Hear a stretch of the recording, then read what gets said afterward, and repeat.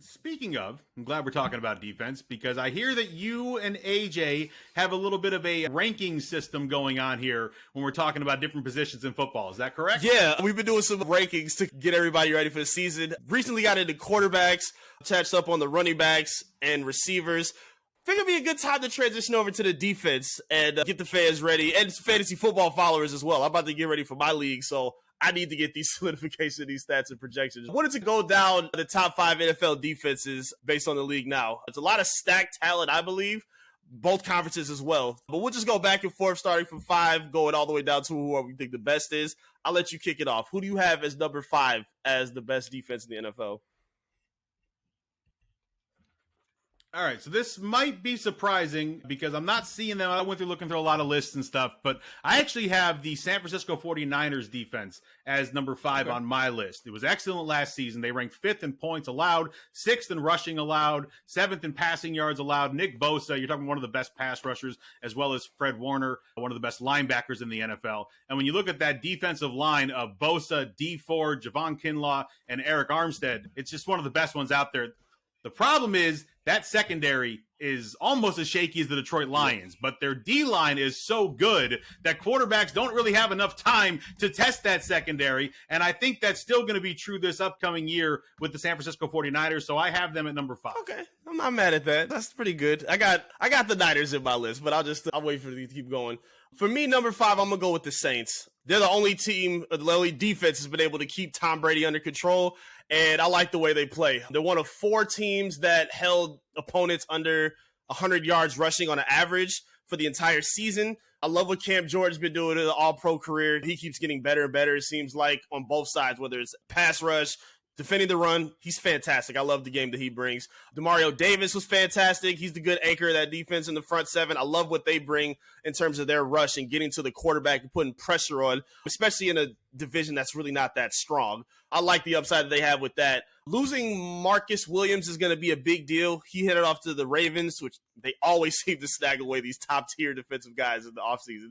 But I like them bringing in Honey Badger. I think he complements the secondary well with Marshawn Lattimore.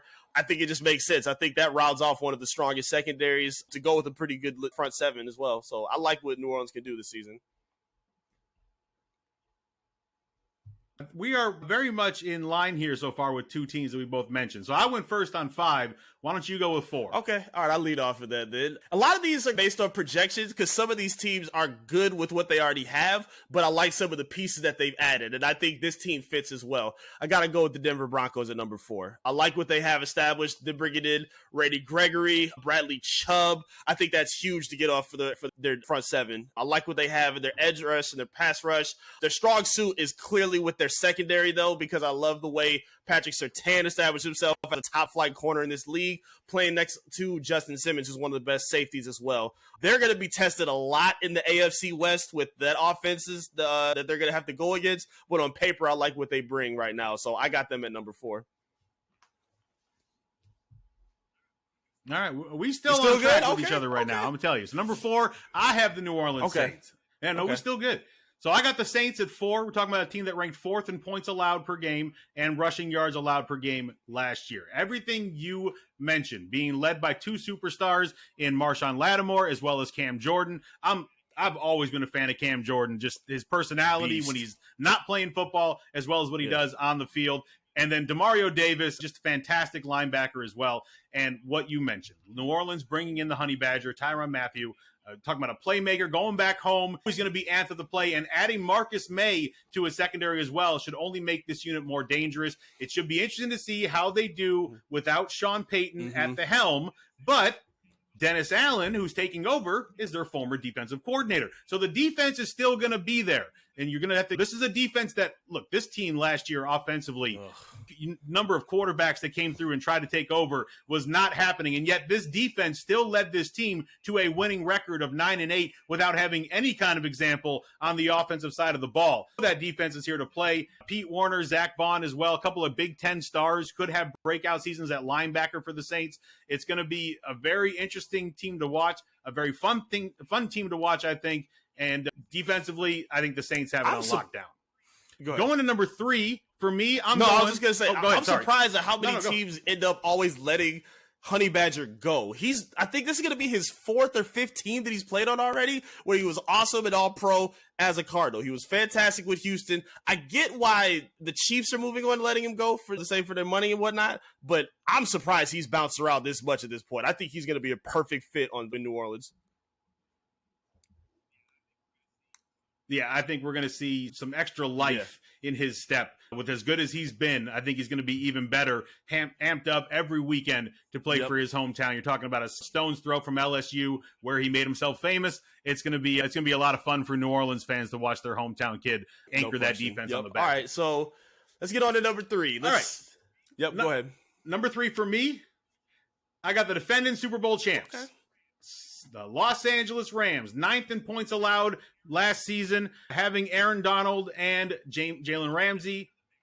Let's add Bobby Wagner to the mix. Now you have a superstar at all 3 levels of your defense. And there aren't that many teams in the NFL that could say that. Jalen Ramsey might be a little hyped up as far as where Madden had him as a cornerback. And sometimes he lets things get away from him that he probably shouldn't as a superstar player. But having a star player at each level of defense is huge for them. This is a team that ranked 5th in rushing yards allowed last year. They ranked 5th in sacks per game. Now, they lost Von Miller.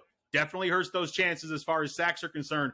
But Von Miller is not the Von Miller that we saw winning the championship with Denver. He has definitely lost a step. He is not the same guy. It definitely helps playing with Aaron Donald on the other side. It definitely makes your life a little bit easier. A lot of focus is going to 99, not so much on a all-time great Hall of Famer in the future for sure in Von Miller. But losing him definitely doesn't help their defense, as well as the departures of Sebastian Joseph Day. That doesn't help as well. But having a leader at all 3 positions, adding Bobby Wagner, one of the best linebackers in the game, I think you're still going to end up seeing a team that is a top 10 in defensive efficiency like they have been for the past 3 seasons.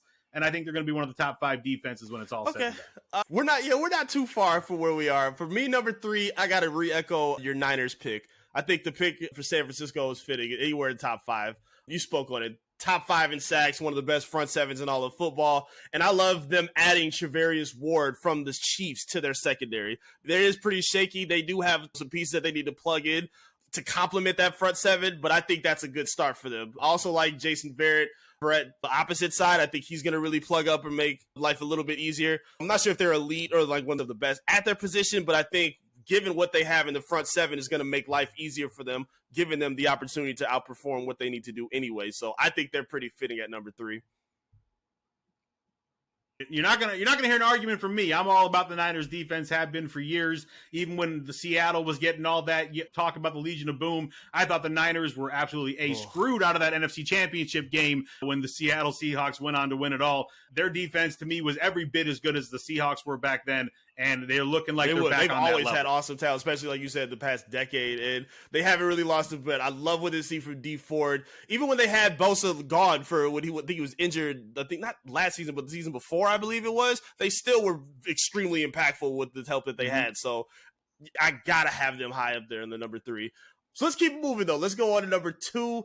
You were just at number 3, so I'll go ahead with my 2. And it was just who you spoke on again with before with the Los Angeles Rams. Adding a Hall of Famer and Bobby Wagner to plug up your middle is just unbelievable. I was pretty shocked. We knew that the Rams have money to play around with. They don't really care too much about their draft picks, but they're making it rain in terms of getting people paid, too. We just saw Aaron Donald, who should be happy with his contract that he just got. Jalen Ramsey, who's coming off an extension. And then Leonard Floyd, who's somebody else that should get a lot more credit for what he does and rushing off that edge. And just like we talked about earlier with the Lions, they're very versatile in how they attack you. And given what they have in some of the teams in the NFC West, I don't think they really upgraded on a lot of their offensive outside of, no, I don't think it really, San Francisco didn't do a whole lot. Seattle didn't do a whole lot. And I'm not really too sold on Arizona, who we'll talk about in a little bit. But I think LA, if anyone had LA at number 1, I would be okay with it. But for me, they're number 2. Now, this is hilarious because I'm pretty sure you and I are going to end up with the same number 1 because your 2 through 5 has been the same as my 2 through 5, just a different order, because my number 2 is, I think, your number 4. I think you said them at 4, maybe at 3. The Denver Broncos. Okay. I have as my number 2 defense in the NFL. We're talking about a team that was ranked 2nd in points allowed per game in 2021, and they played, we're talking about probably the second the best secondary in the NFL with Patrick Surtain and Justin Simmons. And then, of course, like you mentioned before, Bradley Chubb and Randy Gregory, talented pass rushers that are going to make life hell for the opposing quarterbacks. And now, unlike last season and the season before that and the season before that, they got a quarterback. And if you notice, with a lot of these teams that we're talking about here, they have quarterbacks, and quarterbacks doing their job make your defense's life a lot easier, a lot less 3 and outs, a lot more rest for your defense so that when they come back on the field, they're ready to go. Denver now having a quarterback that can keep their defense on the bench as the offense eats up 6, 7, 8 minutes of game time to march down for a touchdown or a field goal is going to keep this defense a lot healthier, a lot happier, a lot fresher moving forward. And I think we're going to see even better out of the Denver Broncos. They might end up being the number 1 defense in football when it's all said and done, but I got them at number 2. My number 1, I think it's your number 1. I'd be shocked if you went a different way from me, but who knows? I'm with you. It's the Buffalo Bills. Finished last season ranking first in points allowed per game at just over 18 points. Passing yards allowed per game as well. They're excellent at taking the ball away. They ranked 3rd in total takeaways last year. And let's just add one of the best edge rushers of his generation in Von Miller to now play across from Gregory Rousseau. And had some pretty decent moments as a rookie. And you got yourself even a better defense. And if Tre'Davious White can be healthy, because last year he absolutely was not, went off on a season-ending knee injury. Khair Elam, as well, the Florida cornerback. You got a defense that has already made a ton of noise, and they did it without health. They did it without Von Miller, and now you're adding both of those. To me, it's just a force to be reckoned with. Again, great quarterback on the offensive side of the ball to keep your defense getting plenty of rest while they're off the field and watching what you do. Josh Allen's going to make their life a hell of a lot easier like he has the last so many years. And I think the Buffalo Bills should be 1 or 2 overall in defense by the time it's all said and done. I agree with a lot of what you said. And yeah, we're spot on with who our number 1s are. I got Buffalo as well. I was pretty shocked how much money they gave Von Miller. I did expect him to get paid, whether it was from the Rams or wherever he went. But I thought the $154 million guarantee was pretty shocking, especially for 6 years. But again, Von Miller, you need those star-present players, especially on your defense. He's not, like you said, he's not the guy from the Denver Broncos that we saw, but you saw moments where he was still able to flash and take over some moments in some games when he was with the Rams, especially when they have as much talent around them on that defensive line. You bring in Jordan Phillips, you add Shaq Lawson, Quan Jackson there to beef up the D-line. Yeah, getting Tre'Davious is going to be huge in return. I love everything in terms of their upside. I think Leslie Frazier needs to get a lot more credit and look in terms of being possibly a head coach moving forward, because I think he's been spectacular since being hired there in 2017. Ed Oliver is improving well as a D tackle. I really like what Tremaine Edmonds has been doing. He could be up for a breakout season. And again, I keep speaking of the competition because I think that's important. I don't really see a whole lot of high-flying offenses in that division. So I'm not really sold on the Patriots or what they're doing. Miami, even with adding Tyreek, I'm not super-duper sold on. Yeah, and then the Jets are the Jets. That's going to be the theme of it. The Jets are the Jets. So, yeah, I like what I've got to see from the Bills. I think they're going to be a dominant defensive front this year in this team. Yeah, I'm absolutely with you, especially with the lack of competition in the AFC East.